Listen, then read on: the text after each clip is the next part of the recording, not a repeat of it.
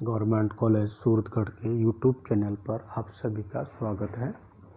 हम आज BA third year के वेस्टर्न पॉलिटिकल थॉट से पहली यूनिट में जो कि प्लेटो और अरस्तु है उसके बारे में अध्ययन करने की कोशिश करेंगे। तो सबसे पहले मैं आपको बताना चाहता हूँ कि फर्स्ट यूनिट का फर्स्ट चैप्टर प्लेटो है। इस चैप्टर में बहुत सारे सिद्धांतों के बारे में बताया गया है। प्लेटो चूँकि वेस्टर्न जगत का फर्स्ट फिलोसोफर कहा जाता है, उसके पीछे एक रीज़न ये है कि इन्होंने जो भी अपने सिद्धांत बताए हैं उनमें लॉजिकल आधार बहुत ज़्यादा है। लॉजिक के आधार पर उन्होंने सत्य की खोज करने की कोशिश करी। प्लेटो से पहले हम थोड़ा सा यूनान के बारे में पढ़ना चाहेंगे। प्लेटो से पहले वहाँ के चिंतन का मुख्य जो आधार था वो इनके गुरु सुकरात थे, जिन्होंने कहा था कि ज्ञान ही सद्गुण है, नॉलेज इज वर्च्यू, अर्थात ज्ञान के आधार पर, विवेक के आधार पर, विजडम के आधार पर हम सत्य की खोज कर सकते हैं।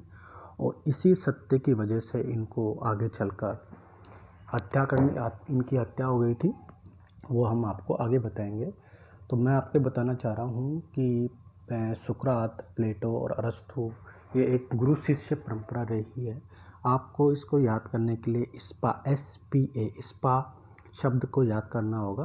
एस से सोक्रेटिस होगा, पी से प्लेटो होगा, ए से अरिस्टोटल होगा।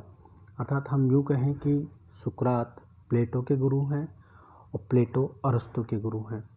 क्योंकि सुकरात की बात आई है तो सुकरात के में एक सवाल आता है कि सुकरात ने इनमें से कौन सा ग्रंथ लिखा है या इनका लिखित ग्रंथ का नाम बताइए। तो मैं आपको यहाँ ये क्लियर करना चाहता हूँ कि सुकरात ने कोई भी लिखित ग्रंथ नहीं लिखा है, क्योंकि इन्होंने जो भी अपना सत्य की खोज करने में अध्ययन किया है उसका जो आधार था वो डायलॉग मेथड था, संवाद शैली थी। अर्थात ये जनता से सामने रूबरू होते थे, सत्य और असत्य के मध्य ये सत्य की खोज करने में लगे रहते थे। प्लेटो जो कि आपके चैप्टर हैं, इसका जन्म 428 BC यानी बिफोर क्राइस्ट ईसा पूर्व हुआ था। एथेंस में एक कुलीन परिवार में हुआ था। प्लेटो भी एक दार्शनिक राजा बनना चाहता था।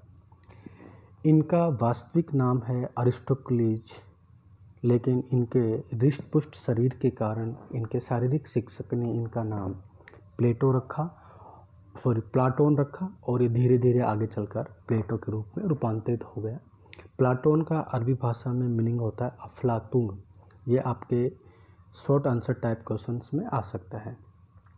इनके गुरु जो सुकरात थे वो आम जनता को वहाँ के जो 30 आतताइयों का शासन था या निरंकुश शासन था उसके विरुद्ध ये जागरूक करने की कोशिश करते थे। अर्थात उनकी जो गलत नीतियाँ थी उनके विरुद्ध ये जनता को जागरूक करने की कोशिश करते थे। जागरूक करने की कोशिश करते करते इन्होंने सत्य का पता लगाने की कोशिश करी और वहाँ यूनान में सुकरात के बहुत से फॉलोअर्स थे, बहुत से अनुयायी थे। और इस अनुयायी इतनी ज़्यादा संख्या में अनुयायी होने की वजह से वहाँ के शासक जो इनसे डर गए और इनको एक हेमलॉक नाम का एक जहर था, वो जहर का दे दिया गया। लेकिन उस जहर देने से पहले इनके सामने इच्छा रखी गई थी कि या तो आप देश निकाला ले लें या फिर आप ये मृत्युदंड के रूप में जहर का प्याला पी लें। तो इन्होंने बोला कि हाँ मैंने गलत किया है, और अपने सत्य पर अडिग रहते हुए इन्होंने जहर का प्याला ही पी लिया। चाहते तो ये देश निकाला यानी देश से बाहर भी जा सकते थे, लेकिन उन्होंने ऐसा नहीं किया। सत्य के लिए इन्हीं विचारों को आगे बढ़ाने के लिए, इन्हीं विचारों को प्लेटो ने आगे बढ़ाने के लिए एक लेखन कार्य शुरू किया और इसमें हम आगे पढ़ेंगे कि इनके किन किन सिद्धांतों के आधार पर इन्होंने ऐसी बातें कही है। क्योंकि प्लेटो का दर्शन जो है वो बेसिकली दर्शन पे है, तर्कशास्त्र पे, नैतिकता पर टिका हुआ है। हम जो सोचते हैं उससे ऊपर की बात है, या यूँ कहें कि महात्मा गांधी का जो दर्शन था जिसको अपन समझ नहीं सकते, जहाँ तक अपनी सोच ख़त्म होती है उसके आगे महात्मा गांधी सोचते हैं, वैसा ही कुछ प्लेटो सोचते थे। इन्होंने सबसे महत्वपूर्ण बात ये बताई, इनके चिंतन का जो सबसे महत्वपूर्ण तथ्य है वो ये है कि एक आदर्श राज्य की स्थापना करी जाए, अर्थात उस ऐसा राज्य जो 100% परफेक्ट हो, उसमें सब कुछ सही हो, ऐसा कोई गलत नहीं हो। इस आदर्श राज्य को पाने के लिए प्लेटो ने कुछ सिद्धांतों के बारे में बताया है।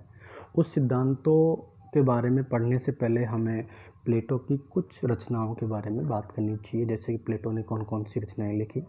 तो सबसे महत्वपूर्ण रचना प्लेटो की रिपब्लिक है, क्रीटो है, अपोलॉजी है। इन रचनाओं में प्लेटो ने अपने दर्शन के बारे में, अपने सिद्धांतों के बारे में बताया है। चौथी और पाँचवीं जो शताब्दी थी बिफोर क्राइस्ट, ईसा पूर्व, वो यूनान के लिए एक स्वर्ण काल के समान कही जा सकती है, क्योंकि उस समय वहाँ अरस्तु, सोक्रेटिस, प्लेटो जैसे महान विचारकों का जन्म हुआ और उन्होंने जो सिद्धांत दिए उनमें से कुछ सिद्धांत आज भी लागू हैं। जैसे कि प्लेटो का जो शिष्य था अरस्तु, उन्होंने जो कानून का शासन दिया और साइंटिफिक तरीके से सोचने की जो बात बताई, इसीलिए पॉलिटिकल साइंस के फादर कहे जाते हैं। अरस्तु को पॉलिटिकल साइंस का फादर कहा जाता है। उनकी जो प्रमुख रचना है वो पॉलिटिक्स है। तो हम आज के इस वीडियो में आगे प्लेटो के प्रमुख सिद्धांतों के बारे में बात करेंगे। तो सबसे महत्वपूर्ण जो चिंतन का सार तत्व है इनका, वो है